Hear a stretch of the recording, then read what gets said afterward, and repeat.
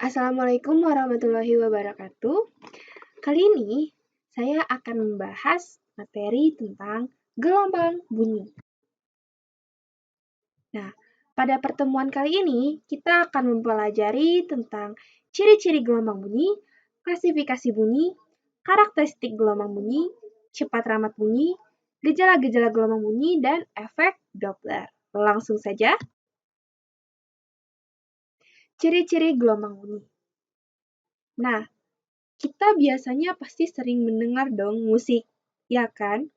Nah, musik itu merupakan contoh dari gelombang bunyi.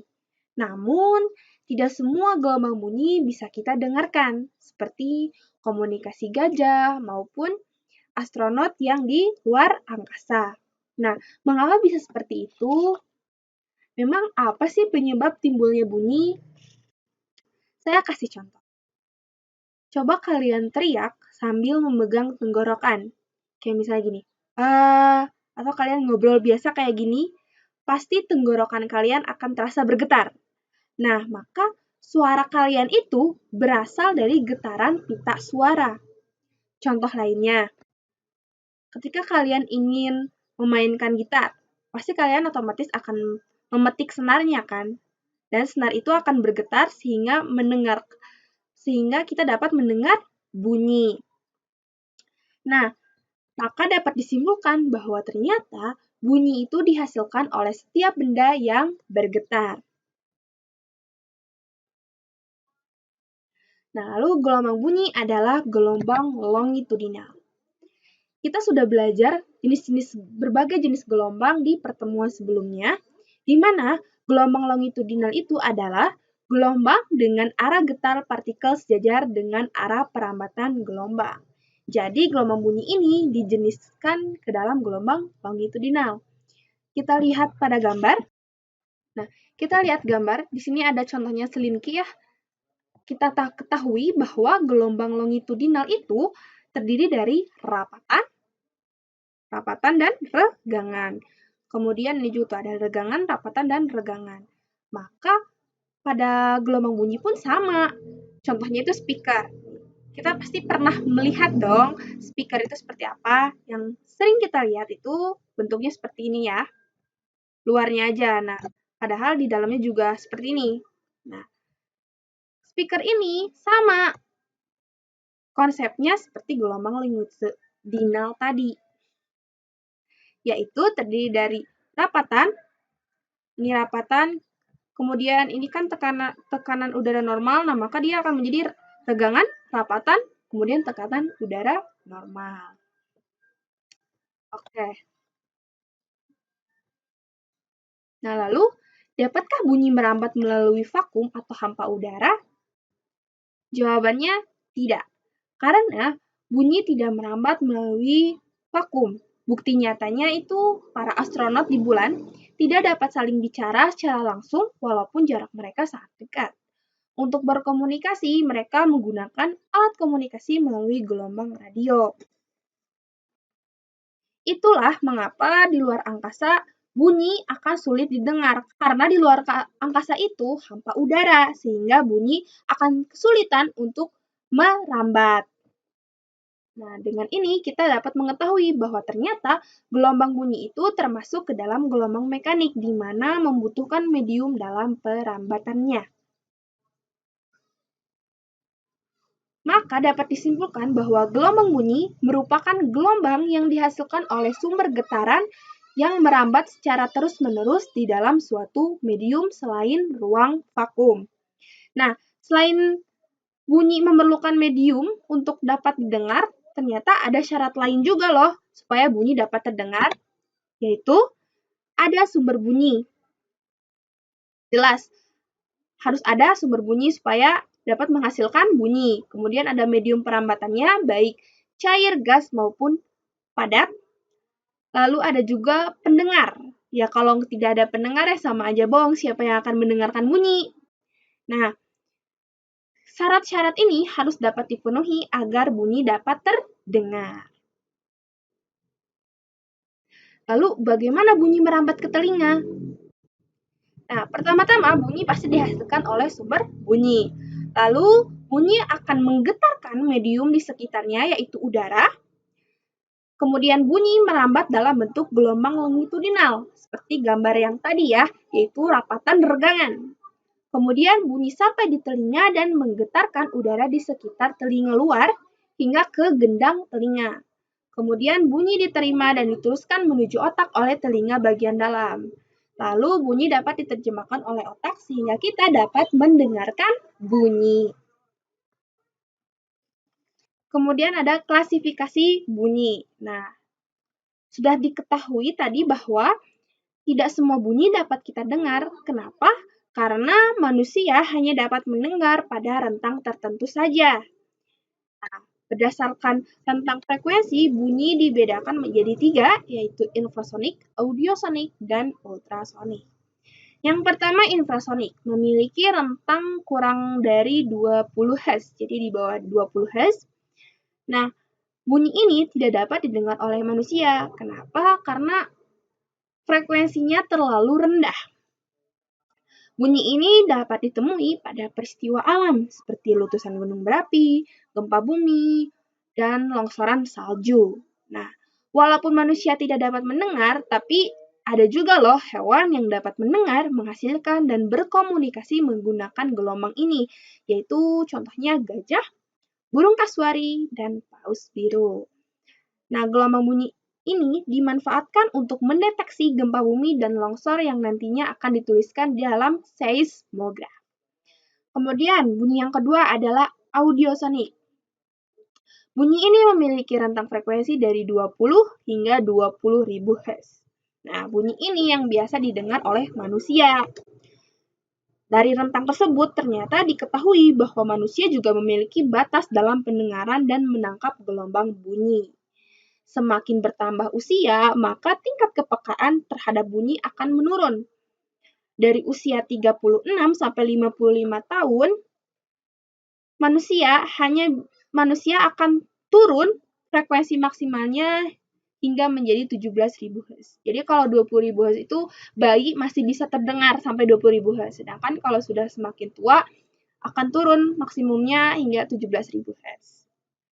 Selain manusia, hewan juga ada loh yang mendengarkan bunyi audiosonik ini, yaitu contohnya ikan tuna, ayam, dan burung pada umumnya.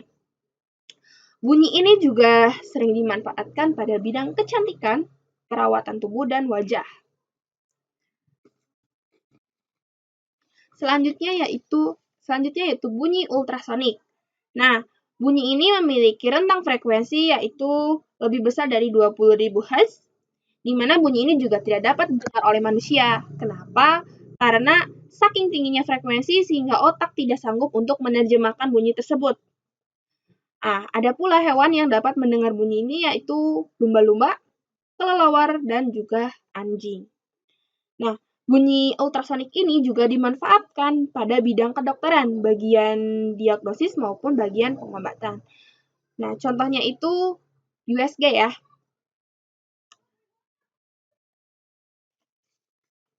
Nah, kemudian ada karakteristik gelombang bunyi. Nah, yang pertama ada tinggi rendah gelombang bunyi.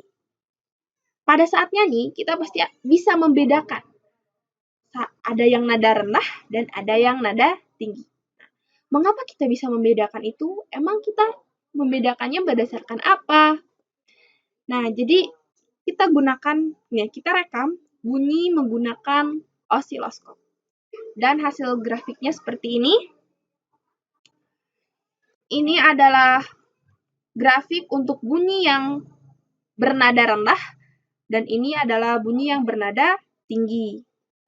Dapat dilihat juga dari grafik bahwa ternyata suara tinggi memiliki getaran yang lebih banyak. Ya, memiliki getaran yang lebih banyak daripada suara rendah. Maka dapat disimpulkan, semakin tinggi suara maka akan menghasilkan besar frekuensi dan jika semakin rendah suaranya, maka akan semakin kecil frekuensinya.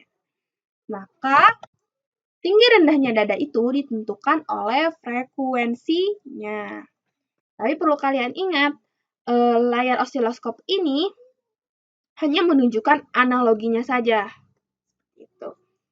Nah, lalu ada pula istilah frekuensi teratur dan frekuensi tidak teratur.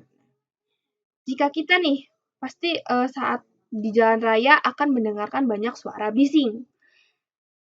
Dari suara bising itu, kita akan memilih untuk mendengarkan musik. Kenapa mendengarkan musik? Karena musik itu memiliki frekuensi yang teratur daripada suara bising. Nah, musik ini karena memiliki frekuensi teratur, nah dia itu terdiri dari nada-nada kan. Nah, frekuensi yang teratur itu disebut dengan nada. Sedangkan frekuensi yang tidak teratur disebut dengan desah. Contohnya itu tadi suara bising. Nah, selanjutnya ada kuat lemah bunyi. Misalkan kita memainkan gitar, kita memetiknya dengan sedikit, maka bunyi yang akan dihasilkan itu akan pelan atau lemah. Sedangkan ketika kita memetik senarnya kuat, maka bunyi yang dihasilkan akan kencang atau besar. Mengapa bisa seperti itu? Kita rekam lagi menggunakan osiloskop. Nih, grafik yang dihasilkan seperti ini. Ketika suaranya pelan atau lemah, maka grafiknya itu seperti ini. Sedangkan ketika suaranya itu kencang atau besar, nah, grafiknya seperti ini. Maka dapat disimpulkan bahwa ternyata kuat atau lemahnya bunyi itu ditentukan oleh amplitudo gelombangnya. Lalu selain itu, kuat lemah bunyi juga dipengaruhi oleh jarak yang terbentang dari pendengar dan sumber bunyi. Misalkan, kita mendengar ambulans, suara ambulans. Nah, suara ambulans itu akan terdengar lebih kencang saat jarak kita dengan ambulans sangat dekat dibandingkan ambulannya sangat jauh dari kita. Nah, mengapa bisa seperti itu? Karena energi yang dibawa oleh gelombang akan semakin berkurang. Karena ada energi yang diubah menjadi energi panas saat bunyi dirambatkan melalui tumpukan antar partikel mediumnya. Jadi kan sumber bunyinya kan bergerak. Nah, seperti itu. Lalu karakteristik yang berikutnya ada warna atau kualitas bunyi. Misalkan kita mendengar suara gitar dan piano. Nah, gitar dan piano itu memainkan nada do. Lalu kita dapat dengan jelas membedakan mana suara gitar dan mana suara piano. Mengapa bisa seperti itu? Nah, ini semua karena adanya warna atau kualitas bunyi. Warna atau kualitas bunyi ini adalah ragam bunyi yang diterima oleh pendengar berdasarkan sumber bunyinya, atau biasa disebut sebagai timbre. Nah, jadi karakteristik berkaitan dengan ragam bunyi yang diterima oleh telinga kita. Jika sumber bunyi berbeda, bunyi yang diterima juga akan berbeda. Setiap sumber bunyi menghasilkan bentuk gelombang bunyi yang unik dan beda-beda. Sehingga ketika kita merasakan nada frekuensinya sama, tetapi sumbernya berbeda, maka kita akan dapat dengan jelas membedakan bunyinya. Nah, jadi bunyi yang kita dengar itu adalah gabungan nada. Nada dasar antara piano dan gitar itu sama, tetapi nada atasnya akan berbeda. Kenapa? Karena ini tuh ciri khas dari masing-masing sumber bunyi, sehingga gabungan nada yang kita dengar itu akan berbeda dan kita dapat dengan mudah membedakan mana suara yang gitar, mana yang suara piano. Selanjutnya ada cepat rambat gelombang bunyi. Pada prinsipnya, rumus cepat rambat bunyi itu sama seperti gerak lurus ya, yaitu V sama dengan S per T. Nah, seperti yang sudah kita bahas, kalau bunyi itu akan melalui medium perambatannya terlebih dahulu sebelum sampai ke gendang telinga. Nah, maka cepat rambat bunyi juga tergantung medium perambatannya. Dibedakan menjadi 3 ya, ada padat, cair, dan gas. Nah, medium padat. Kalian ingat kan, kalau bunyi akan lebih cepat merambat pada medium yang memiliki kerapatan tinggi. Nah, medium padat ini akan lebih cepat merambatkan bunyi dibandingkan dengan medium lainnya, karena zat padat itu sangat rapat. Contoh dari medium zat padat itu aluminium, baja, kaca, dan lain-lain. Nah, rumusnya yaitu V sama dengan akar E per Rho. Dengan V adalah cepat rambat bunyi, E adalah modulus Young, dan Rho adalah massa jenis. Modulus Young ini merupakan ukuran kekakuan suatu bahan zat padat. nilai modulus yang zat padat berbeda-beda. Nah, lalu selanjutnya ada medium cair. Nah, contoh dari medium ini adalah air tawar, air laut, air raksa, dan lain-lain. Kecepatan rambat bunyi yang melalui medium cair lebih rendah dibandingkan dengan medium padat. Kenapa? Karena kerapatan molekul penyusunannya lebih longgar. Jadi simpelnya, bunyi yang diterima oleh pendengar akan lebih lama sampai dibandingkan melalui zat padat. Nah, rumusnya itu V sama dengan akar B per Rho. Nah, B ini adalah modulus Book, merupakan kecenderungan suatu benda untuk berubah bentuk ke segala arah ketika diberi suatu tegangan ke segala arah. Selanjutnya adalah medium, contohnya itu adalah udara ya. Medium ini merupakan medium yang memiliki kecepatan rambat paling rendah dibandingkan kedua medium lainnya. Hal ini dikarenakan molekul penyusun gas berubah-ubah dan menyebar.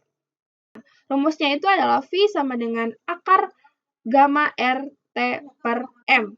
Nah, gamma ini adalah konstanta Laplace perbandingan antara kapasitas kalor gas pada tekanan tetap dengan kapasitas kalor pada volume tetap. Konstanta Laplace dapat dipakai untuk gas monoatomik atau diatomik. Nah, untuk gas diatomik dibedakan menjadi 3 keadaan, yaitu suhu rendah, suhu sedang, dan suhu tinggi. Nah, selanjutnya gejala-gejala gelombang bunyi. Yang pertama itu adalah pemantulan gelombang bunyi. Kalian tahu nggak sih mengapa pada gedung konser dipasang peredam suara? Iya, jawabannya untuk menghindari terjadinya gaung, maka konser musik dindingnya dilapisi oleh zat peredam suara atau zat kedap suara. Nah, ini merupakan contoh dari pemantulan gelombang bunyi. Karena gelombang bunyi akan dipantulkan saat mengenai penghalang. Nah, penghalangnya itu adalah peredam suara yang tadi. Nah, ruang besar yang tidak menimbulkan efek gaung disebut ruang yang memiliki akustik baik. Selanjutnya, yang kedua ada pembiasan gelombang bunyi. Kalian tahu nggak mengapa pada malam hari bunyi petir terdengar lebih keras daripada siang hari? Nih, kita lihat gambar ya. Karena saat gelombang bunyi merambat dari udara panas ke udara dingin, atau sebaliknya, gelombang bunyi akan dibiaskan. Saat siang, suhu udara di atmosfer cenderung lebih dingin daripada suhu udara di sekitar permukaan bumi. Hal ini mengakibatkan bunyi petir yang menuju permukaan bumi akan dibiaskan ke atas atau menjauhi normal. Nah, sehingga bunyi petir menjauhi telinga. Jadi kedengarannya kecil. Sedangkan pada saat malam hari, suhu udara di permukaan bumi lebih dingin daripada suhu di permukaan atmosfer. Akibatnya, bunyi petir yang menuju arah atmosfer akan dibiaskan ke bawah, atau itu ya, dibiaskan mendekati normal. Nah, maka bunyi petir akan semakin dekat dengan telinga, jadi terdengar lebih keras. Lalu, difraksi gelombang bunyi. Nah, mengapa gelombang bunyi mudah mengalami difraksi?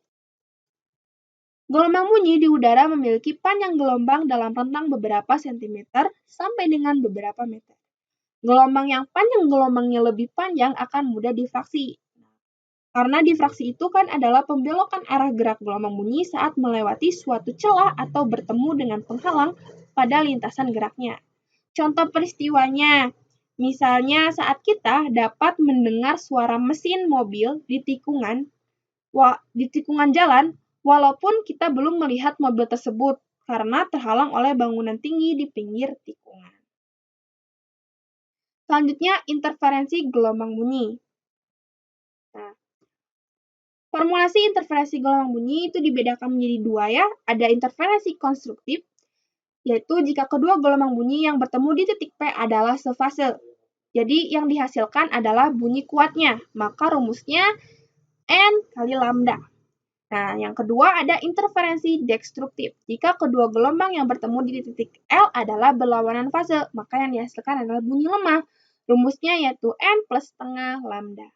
Nah, jadi LPL pada ini tuh adalah menunjukkan pola gelap terang. Contoh peristiwanya yaitu ketika kita berada di antara dua buah loudspeaker dengan frekuensi dan amplitudo yang sama atau hampir sama. Maka kita akan mendengar bunyi yang keras dan lemah secara bergantian. Selanjutnya adalah efek Doppler. Efek Doppler adalah perubahan frekuensi atau panjang gelombang sumber gelombang yang diterima pengamat karena adanya gerak relatif di antara keduanya. Nah, rumusnya itu Fp sama dengan V kurang Vp per V kurang Vs Fs.